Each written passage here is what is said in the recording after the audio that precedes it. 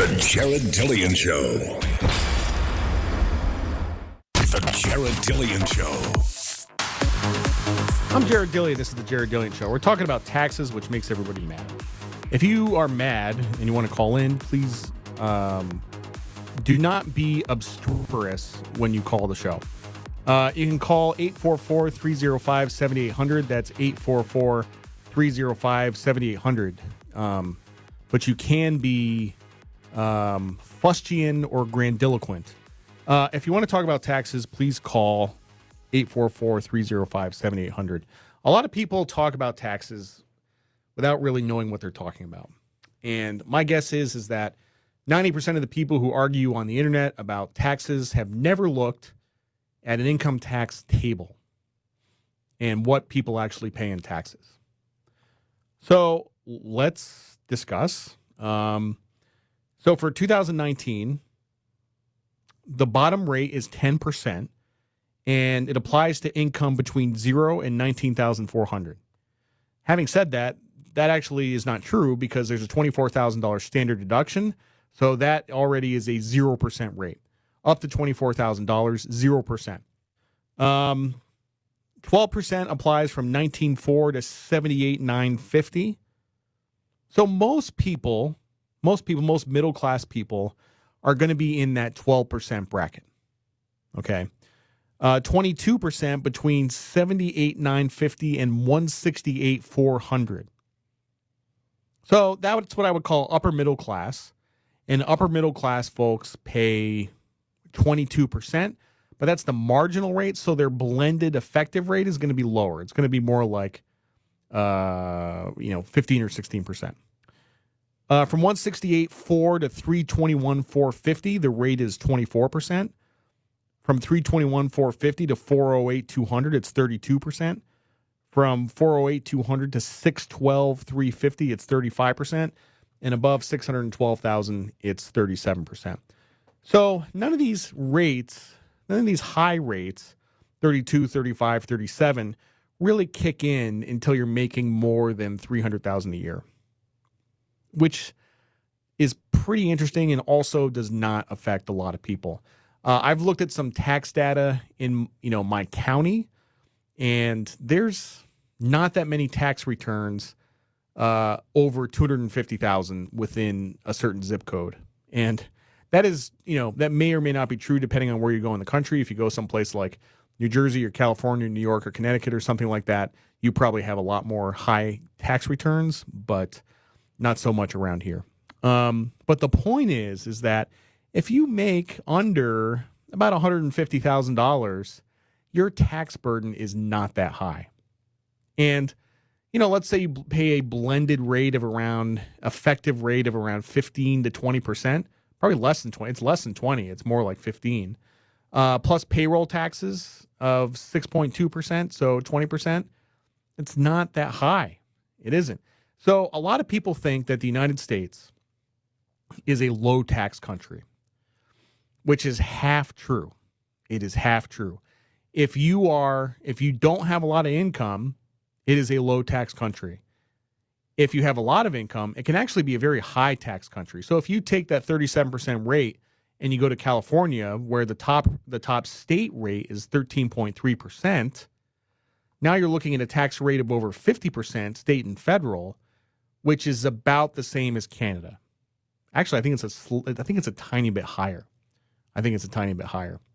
And you throw in property taxes and all that stuff, and it's definitely higher. So, the U.S. has this reputation as a low tax country, but if you're a high income earner, it really isn't. It's not. And if you go other places in the world, I've said this before, in Sweden, if you make a small amount of money, $20,000, $30,000, $40,000, your tax, the bottom rate is 35%, which is insane. Like, it's unheard of here. If there was a presidential candidate, so basically for the bottom half of taxpayers with the $24,000 standard deduction, the effective rate is essentially zero, excluding payroll taxes. But when Mitt Romney said in 2012 that half of people don't pay taxes, that wasn't a lie. It's actually the truth, right? So what we have is a very progressive income tax code where a lot of people on the bottom don't pay that much and a tiny bit of people on the top pay a lot. Unlike a lot of other countries where everybody pays something. And I think the system that we have is very dysfunctional. It's extremely dysfunctional because this system basically means that we have a democracy in which people participate, but they don't have any financial skin in the game. That's the problem. We have this democracy where people participate in the democracy, but they don't have any financial skin in the game. And furthermore, it's actually worse. It's worse because people have taxes withheld from their paycheck, so it gives the illusion of them actually paying taxes. And then they get most of it back in the form of a refund. So they don't really pay taxes, but they think they pay taxes. So they think they have skin in the game, and they actually don't. I could not construct a worse tax system if I tried. And when I say worse, I mean worse for democracy. I could not construct a worse tax system if I tried.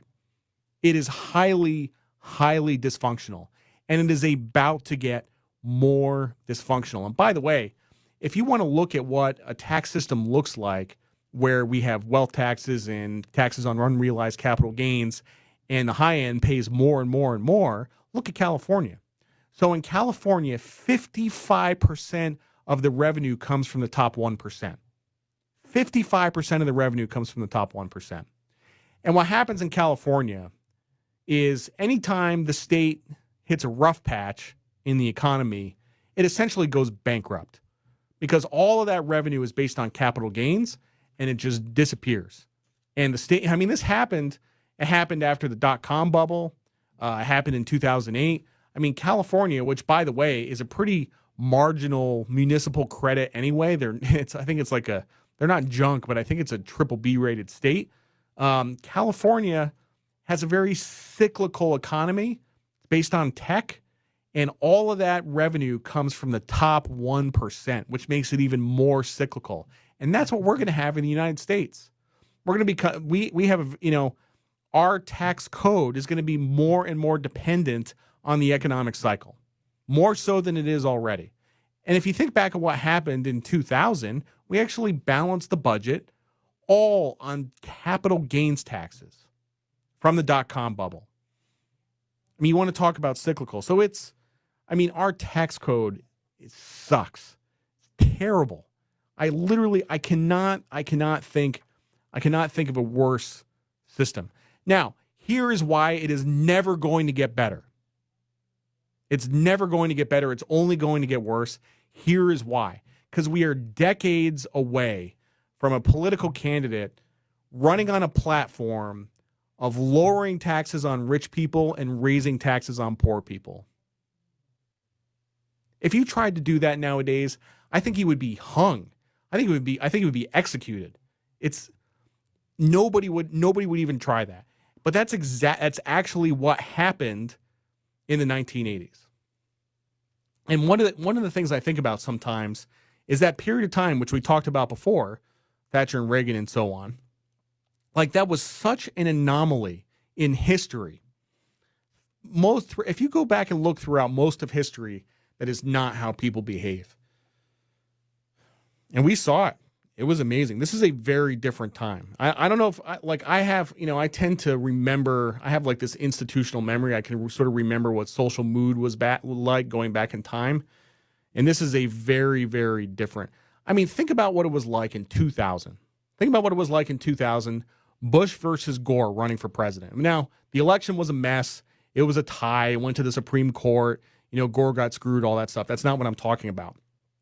Gore, by the way, who was a very centrist, I think he was governor of Tennessee or senator from Tennessee. I can't remember. But basically, like, the Democrats were very centrist. Bill Clinton was very centrist. And Gore ran on this populist platform, which would have fit in today. But he's like big oil, big pharma, tax the rich, climate change. And in 1999, everyone was like, who is this guy? It just did not. It went over like a fart in church. Like that campaign was just totally out of place. it would be very much in place today. But that kind of campaign just did not work, and that's why he lost. It's absolutely why he lost. The tax code is a disaster. It's absolutely a disaster. I guess the only thing that I can say that's good that's going on right now is that we're auditing less people, which pleases me quite a bit. If you want to call in and talk about taxes in the next hour, call 844-305-7800. That's 844-305-7800. This is the Jared Dillian Show.